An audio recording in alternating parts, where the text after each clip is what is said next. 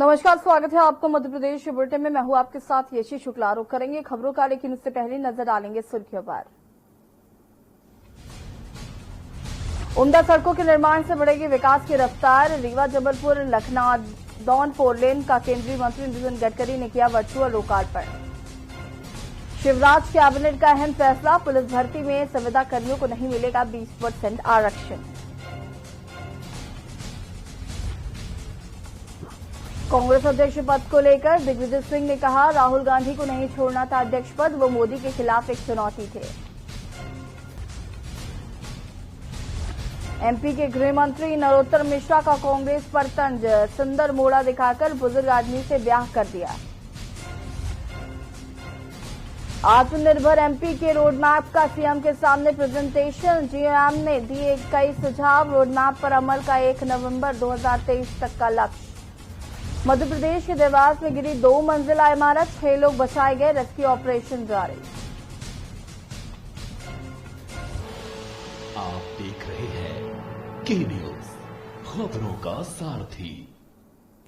Madhya Pradesh BJP के लिए केंद्रीय मंत्री नितिन गडकरी का राजमार्ग एवं परिवहन मंत्रालय संजीवनी साबित होने जा रहा है। चंबल प्रोग्रेस वे को रफ्तार देने के ऐलान के बाद मंगलवार को वीडियो कॉन्फ्रेंसिंग के जरिए नितिन गडकरी ने मध्य प्रदेश में कुल 11,427 करोड़ की लागत से 1,361 किलोमीटर लंबाई की 45 सड़क परियोजनाओं के शिलान्यास और लोकार्पण किया। इसमें मुख्यमंत्री शिवराज सिंह चौहान सहित केंद्र सरकार और प्रदेश के कई मंत्री, संसद विधायक भी अलग अलग स्थानों से शामिल हुए। नितिन गडकरी ने कार्यक्रम के दौरान साल 2020-21 के लिए 10,000 करोड़ लागत के 5 नए मार्गों की मंजूरी भी दी।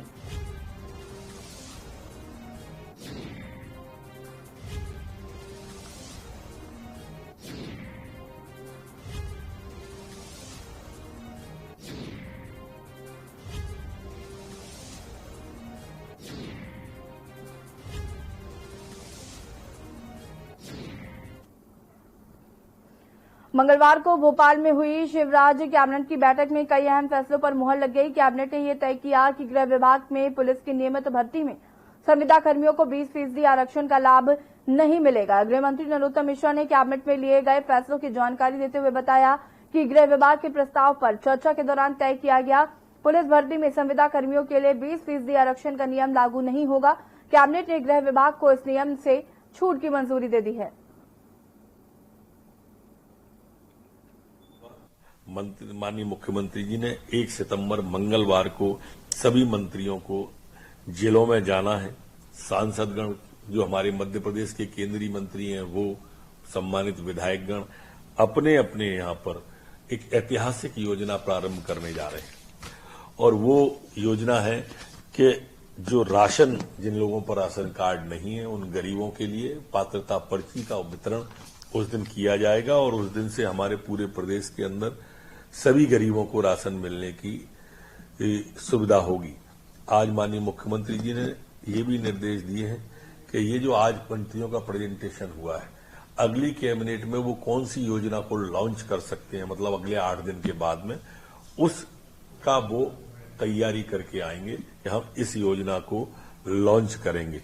ये भी आज माननीय मुख्यमंत्री जी ने कहा है कि हमें जो भी योजना है आज तय की गई है, प्रेजेंटेशन हुआ है, इन सबको जल्दी से जल्दी, मतलब 1 नवंबर जो हमारे मध्य प्रदेश का स्थापना दिवस है, उस तक ये सारी की सारी सामने आ जाना चाहिए कि 2023 में हम ऐसा मध्य प्रदेश लोगों को देने वाले हैं।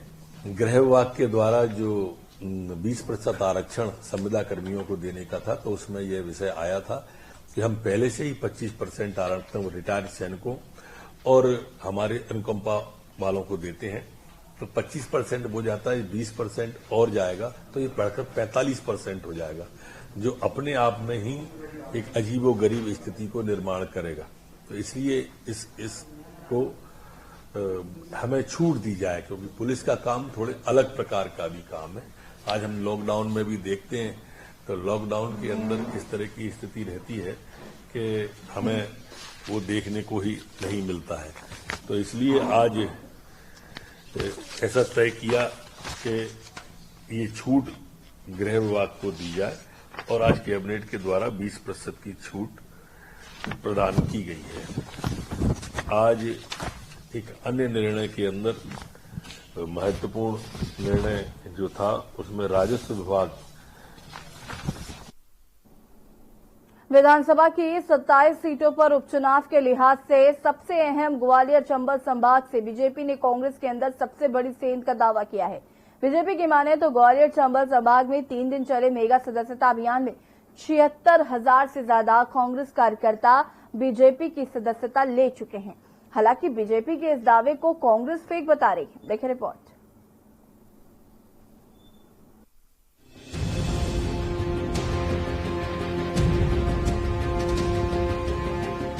विधानसभा की 27 सीटों पर उपचुनाव के लिहाज से सबसे अहम ग्वालियर चंबल संभाग में बीजेपी ने कांग्रेस के अंदर सबसे बड़ी सेंध का दावा किया। बीजेपी की माने तो ग्वालियर चंबल संभाग में 3 दिन चले मेगा सदस्यता अभियान में 76,000 से ज्यादा कांग्रेस कार्यकर्ता बीजेपी की सदस्यता ले चुके हैं। हालांकि बीजेपी के इस दावे को कांग्रेस फेक बता रही है। बीजेपी प्रदेश अध्यक्ष वीडी शर्मा ने अपने ट्वीट में लिखा कि ग्वालियर और चंबल संभाग के चारों लोकसभा क्षेत्र से 76,361 कांग्रेस कार्यकर्ता भाजपा में शामिल हुए हैं। इनमें से 18,334 ग्वालियर लोकसभा, 24,989 मुरैना लोकसभा, 19,563 गुना लोकसभा और 13,475 भिंड लोकसभा क्षेत्र के कार्यकर्ता कांग्रेस छोड़ बीजेपी में शामिल हुए। बीजेपी प्रदेश अध्यक्ष वीडी शर्मा और सीएम शिवराज ने ट्वीट कर इन सभी कार्यकर्ताओं का बीजेपी में स्वागत किया। ग्वालियर में बीती 22 अगस्त को जारी मेगा सदस्यता अभियान के लिए मुख्यमंत्री शिवराज सिंह चौहान, राज्यसभा सांसद ज्योतिरादित्य सिंधिया और नरेंद्र सिंह तोमर समेत तमाम बीजेपी के दिग्गजों ने ग्वालियर में ही डेरा जमाया हुआ था। कमलनाथ जी मुख्यमंत्री बने तो ये नहीं, कमलनाथ जी और नेता प्रतिपक्ष बने कमलनाथ जी, युवाओं के नेता नकुलनाथ जी, बाकी कांग्रेस अनाथ जी। तो आप बताओ इस कांग्रेस में रहने का फायदा था क्या? अरे जोर से बताओ, फायदा है क्या इस कांग्रेस में रहने का? और इसलिए आपने बिल्कुल सही कदम उठाया है। मैं ज्योतिरादित्य सिंधिया जी का, रणधीर जाटव जी का और आप सबका दिल से स्वागत करता हूं, अभिनंदन करता हूं। आपने बहुत सही कदम उठाया और सरकारों का फर्क देख लो आप। ऐसे वादे किए कि लोग लट्टू हो गए। राहुल भैया आए, चलो 10 दिन में सब टकरा और 11 दिन मुख्यमंत्री बदल दूंगा। 11 दिन हो गए, 11 महीने हो गए, सबका कर्जा माफ हुआ क्या? इनने का माफ करो तो इनका नहीं करता जाओ क्या कर लोगे? उपचुनाव के लिहाज से है मध्य प्रदेश में जिन 27 सीटों पर उपचुनाव होना है उनमें ग्वालियर चंबल संभाग सबसे अहम माना जा रहा है, क्योंकि उपचुनाव की सबसे ज्यादा 16 सीटें इसी ग्वालियर चंबल संभाग से हैं। दूसरी बड़ी बात यह है कि कांग्रेस से बगावत करने वाले ज्योतिरादित्य सिंधिया का इलाका है। ग्वालियर चंबल संभाग ज्योतिरादित्य सिंधिया का गढ़ है, लिहाजा बीजेपी उपचुनाव से पहले कांग्रेस पर मानसिक दबाव बनाने के लिए मेगा सदस्यता अभियान चला रही है। आरोप लगाते हैं कि प्रजातंत्र का खंडन हमने किया है। मैं उनको कहना चाहता हूं कांग्रेसियों को कि जो इतिहास 15 महीना का आप पलट के देखो, जो भ्रष्टाचार आपने किया, जो वादा खिलाफी आपने की, अगर जनता के सच्चे नुमाइंदे हम होते हैं तो संघर्ष करके हमको सड़क पे उतरना ही होगा। यही निर्णय हमने साथ में मिलकर लिया। हम जनता के सेवक हैं, किसी कुर्सी के सेवक नहीं, किसी सिंहासन के सेवक नहीं। कोरोना के बावजूद सार्वजनिक आयोजन कर कांग्रेस कार्यकर्ताओं को बीजेपी की सदस्यता दिलाई जा रही है। एक तरफ जहां बीजेपी कांग्रेस को सबसे बड़ा झटका देने का दावा कर रही है, तो वहीं दूसरी तरफ कांग्रेस ने इन आंकड़ों को फर्जी बताया है। कांग्रेस के आरोपों की माने तो बीजेपी खुद अपने ही कार्यकर्ताओं को कांग्रेस कार्यकर्ता बताकर पार्टी की सदस्यता दिलवा रही है। हालांकि जो कांग्रेस कार्यकर्ता बीजेपी में शामिल हो रहे हैं, उनकी ग्वालियर चंबल बीजेपी ने खासतौर से सूची तैयार की है और जरूरत पड़ने पर उसे सार्वजनिक भी किया जा सकता है। स्पेशल डेस्क के न्यूज इंडिया।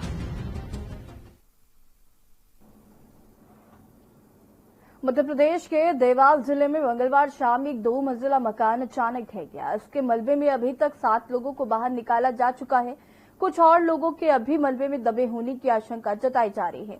देवास के स्टेशन रोड स्थित नई आबादी क्षेत्र में स्थित एक मकान मंगलवार की शाम में अचानक ढह गया। इस मकान के मलबे में कई लोगों के दबे होने की सूचना मिली, जिनमें से 7 लोगों को सुरक्षित निकाला जा चुका है। राहत और बचाव कार्य जारी है। भोपाल से एनडीआरएफ का बचाव दल बुलाया गया। वहीं नगर निगम के बचाव दल भी राहत और बचाव कार्य में जुटे हैं।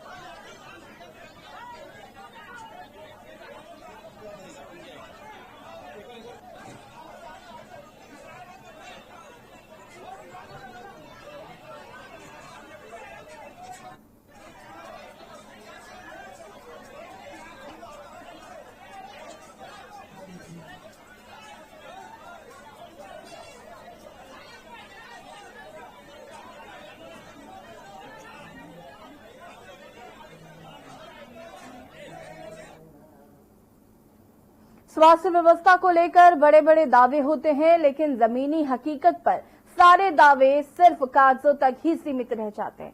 ऐसा एक नजारा सीधी जिला चिकित्सालय में देखने को मिला, जहां शव वाहन नहीं मिलने से परिजनों ने बांस बल्ली के सहारे शव को कंधे पर लादकर 12 किलोमीटर पैदल ले गए। देखिए रिपोर्ट।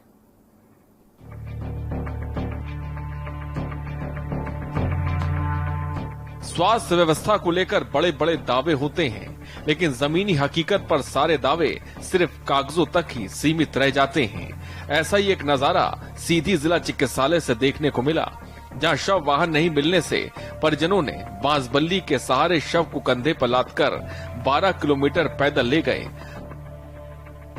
आपको बता दें कि राजनीतिक संरक्षण प्राप्त सिविल सर्जन के तानाशाही रवैये से इसके पहले भी अस्पताल की लापरवाही के मामले सामने आए हैं, लेकिन जिम्मेदारों की हिम्मत सिविल सर्जन के ऊपर कार्रवाई करने की नहीं हुई, जहां आए दिन जिला चिकित्सालय में ऐसी घटनाएं आम बात हैं। ऐसे कि बच्चे गरीब हैं, मजदूर आदमी हैं, ऐसे गाड़ी नहीं दिखे अस्पताल वाले, यहाँ से हटाओ जल्दी लाश को। अब आप क्या करिए, अपन लाश धरे नहीं रहे, चले गई रहे पैदल। इमारत तो यहाँ के शासन भी गए, लॉकडाउन है, देखे माने की शासन प्रशासन नहीं है। मानवता को शर्मसार करने वाली घटना नूतन कॉलोनी के निवासी शेरू कोल की है, जो जिला चिकित्सालय में टीबी वार्ड में भर्ती थे। करीब 25 दिन पहले ही उनके पिता मुन्ना कोल की मृत्यु हो गई थी। वहीं रविवार को उसकी मृत्यु हो गई, जिस पर पड़ोसी और उसकी मां ने अस्पताल प्रबंधन से एम्बुलेंस शव वाहन की मांग की, जो जिला चिकित्सालय के वाहन पार्किंग में खड़ी थी। तभी ड्यूटी डॉक्टर ने शव को हटाने को कहते हुए कहा कि जल्दी हटाओ, नहीं मिलेगा शव वाहन। डॉक्टर से कहें कि सिविल सर्जन से हमको मिलवाई देंगे। हाँ तो नहीं कहते हैं हटाओ, अब ले जाओ, या कई दिन बाद जाना तो प्रमाण पत्र दे जाओ। उनका खुद न दे जाए कि हाँ आप कहाँ जाओगे, व्यवस्था करो। उनकी गाड़ी 2-4 गाड़ी खड़ी है सरकार, यह मेरे की सरकार ही। परिजनों ने civil surgeon doctor DK Dwivedi से भी मांग की, जिस पर उन्होंने कहा कि चलो आता हूँ, देखता हूँ, परंतु सिविल सर्जन के वक्त पर न आने पर मृतक के परिजन मजबूरन बांसबल्ली से अर्थी बनाकर 12 किलोमीटर पैदल सोन नदी दाह संस्कार करने के लिए चले गए। अब ऐसे में सवाल उठता है कि आखिर कब तक अधिकारियों की लापरवाही से आम जन की जान जाती रहेगी और इन लापरवाह अधिकारियों पर कार्रवाई आखिर कब होगी। सीधी से के न्यूज के लिए राजकुमार जायसवाल की रिपोर्ट।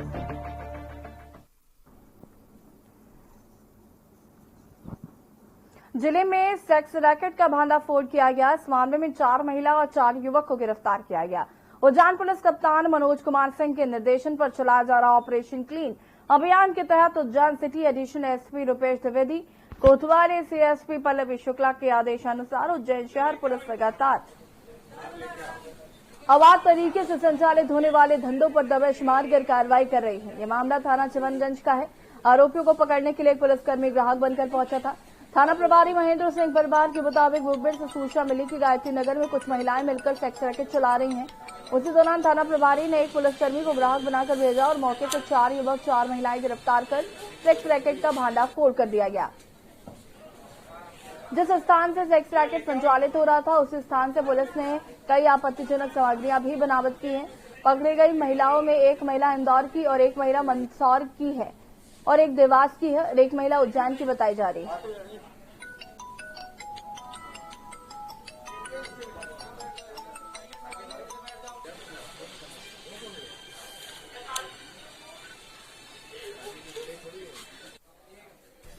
चिमनगंज क्षेत्र के गायत्री नगर में क्षेत्रवासियों द्वारा कंटिन्यूसली हमको सूचना प्राप्त हो रही थी कि यहाँ पर एक महिला द्वारा सेक्स रैकेट का संचालन किया जा रहा है। हम लोग इसको पिछले गत दिवसों से हम लोग इसको ट्रैक करने में लगे हुए थे। आज हमने दबिश दी, जहाँ पर हमने 4 महिलाएं और 3 पुरुष को पकड़ा है। ग्यारसपुर में एसडीएम की अध्यक्षता में शांति समिति की बैठक रखी गई, जिसमें आगामी त्योहारों को देखते हुए कोरोना जैसी वैश्विक महामारी के चलते शासन की गाइडलाइन का पालन करते हुए एवं ढोल 11 स्टार गणेश जी की प्रतिमाओं को विसर्जन के लिए एक जगह एकत्रित कर प्रशासन के द्वारा प्रतिमाओं को विसर्जित किया जाएगा। इस बैठक में ग्यारसपुर के नायब तहसीलदार, जनपद समन्वयक, थाना प्रभारी, नगर के गणमान्य नागरिक आदि उपस्थित रहे।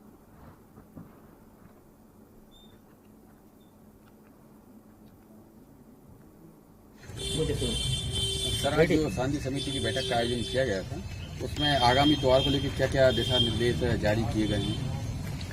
वो शासन का एक नया निर्देश आया है। पहले के निर्देशों का तो बड़े अच्छे से अपने यहाँ पालन हो रहा था। 22 अगस्त 2020 का एक गृह विभाग का निर्देश आया है, उसके संबंध में सबको अवगत कराया गया है। और यहाँ पर वक्त हो गया एक छोटे से ब्रेक का, जल्द हाजिर होंगे।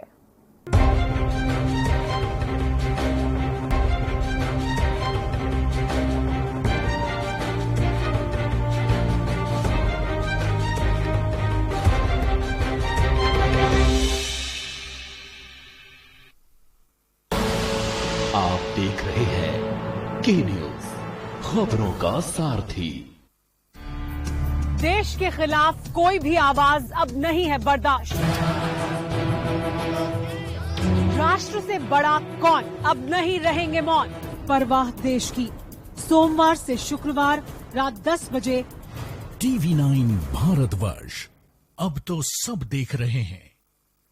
खुदी को आजमाया है तो ये अंदाज आया है, खुदी को आजमाया है तो ये अंदाज आया है।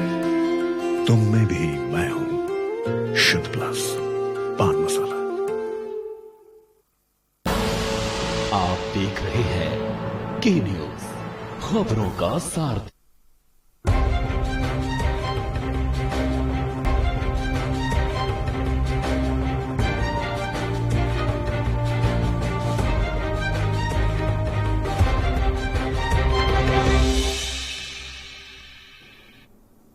ब्रेक के बाद एक बार फिर से आप सभी का स्वागत है। प्रशासन की पक्षपातपूर्ण रवैया और तानाशाहीपूर्ण रवैया, धार्मिक आयोजनों पर प्रतिबंध, राजनीतिक कार्यक्रमों को खुली छूट, इसके खिलाफ कांग्रेस पार्टी एवं सभी धर्मों के लोग और इस क्षेत्र के लोकप्रिय विधायक गोपाल सिंह चौहान के नेतृत्व में एक ज्ञापन प्रधानमंत्री और राज्यपाल के नाम एसडीएम ने सौंपा, जिसमें जैन समाज के पर्युषण पर्व, हिंदू धर्म के विमान उत्सव, जल विहार एवं मुस्लिम समाज के मुहर्रम ताजिया कार्यक्रमों को अनुमति दी जाए और अगर आप अनुमति नहीं देते हैं तो सोमवार 24 अगस्त को राज्य मंत्री विजेंद्र सिंह यादव एवं उनके साथियों के खिलाफ शासन के नियमों की धज्जियां उड़ाने, सोशल डिस्टेंसिंग 144 के तहत कार्रवाई की जाए और अगर ऐसा नहीं होता है तो आने वाले समय में उग्र आंदोलन के समस्त जिम्मेदारी शासन और प्रशासन की होगी।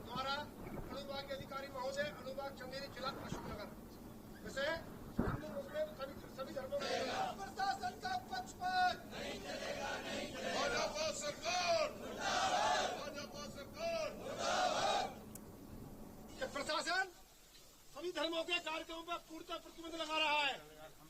इस विषय को लेकर दिया है कि ग्वालियर में जी जो ये कह रहे हैं 35,000 कार्यकर्ताओं ने सदस्यता ली जी, तो 35,000 आदमियों को इकट्ठा करने की ने किससे अनुमति ली जी। हाल ही में हमारे चंदेरी में जैन समाज के भी त्योहार हैं, हिंदू समाज का भी त्योहार है जी, विमान निकलते हैं, मुस्लिम समाज के भी ताजिया निकलते हैं, सभी धर्मों के त्योहार हैं। एक तरफ तो आप 35,000 आदमी की सदस्यता दिला रहे हो और एक तरफ हमने निवेदन किया है कि साहब ताजिया में 4 आदमी चले जाएंगे, विमान में 4 आदमी चले जाएंगे, जैन समाज के 10 आदमी चले जाएंगे, उन पर पाबंदी है। ग्यारसपुर में तहसील कार्यालय में दर्जनों किसानों ने पहुंचकर अपनी मांगों को लेकर एसडीएम को ज्ञापन दिया। किसानों ने मांग रखी कि हमारी जो फसल उड़द और सोयाबीन की बर्बाद हुई है उसका मुआवजा एवं बीमा राशि दिलाई जाए। किसानों का कहना है कि फसलों में कोई रोग लगा हुआ है जिससे कि फसलें नष्ट हो रही हैं। लाखों रुपए की दवाई डालने के बावजूद भी हम अपनी फसल नहीं बचा पाए। पत्ते पीले पड़ गए, कमर कमर तक सोयाबीन पड़ा हुआ है, फलियां सोयाबीन में दिख नहीं रही, बांझ सा नजर आ रहा है। कोई वायरस फसलों पर अटैक कर रहा है जिससे कि हम शासन से मांग करते हैं हमारी फसलों का मुआवजा एवं बीमा दिलाया जाए जिससे कि किसानों को राहत मिल सके।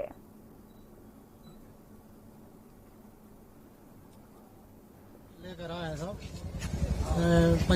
ग्राम पंचायत इमलाउदा हल्का नंबर 2 से आए हुए हैं हम जी। और हमारी उड़द और सोयाबीन एकदम बिल्कुल सूख के फसल पूरी नष्ट हो रही है जी। तो किसान बर्बाद हो रहा है जी। इसलिए हम ज्ञापन सौंपने आए हैं कि हमारे लिए कुछ राशि राहत प्रदान, बीमा, हमारा हर साल बीमा कट रहा है तो बीमा मिलना चाहिए और सहायता राशि भी शासन से मिलना चाहिए। नहीं हम लोग किसान तो मर जाएंगे। कितना क्या नुकसान का इस बार आसार दिखाई दे रहे हैं? आसार तो ऐसा लग रहा है कि इस तरीके से 100% नुकसान है।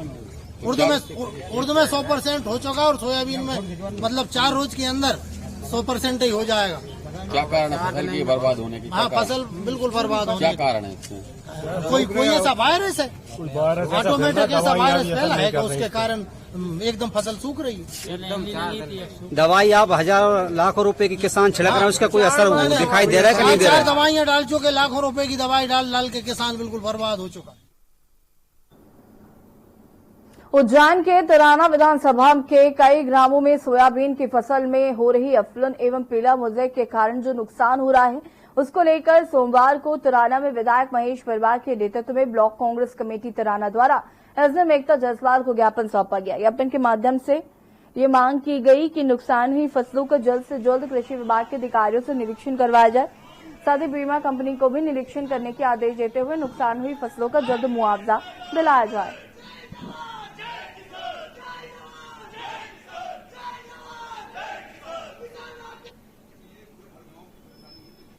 किसानों को लेकर आपने क्या विषय था इसका? ये पूरे विधानसभा क्षेत्र में प्रत्येक गांव से शिकायत है। हमारे पास लगभग 50, 60, 70 गांव के किसान भाई भी थे।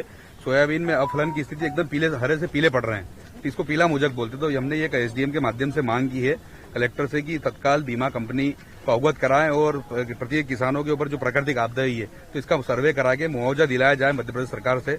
ये हमने ब्लॉक कांग्रेस के नेतृत्व में सभी हमारे पार्टी के जितने भी सब वरिष्ठ लोग हैं, सभी हमारे किसान साथी हैं, सबने मिलकर ये मांग रखी है। और आने वाले समय में हमने अवगत कराया, अगर नहीं होगा तो जिला स्तर पर जाके ये बात रखेंगे और फिर आगे आंदोलन करेंगे। किसानों की लड़ाई, आर पार की लड़ाई लड़ेंगे। मध्य प्रदेश के बुलेटिन में फिलहाल इतना ही। देखते रहिए के न्यूज इंडिया। नमस्कार।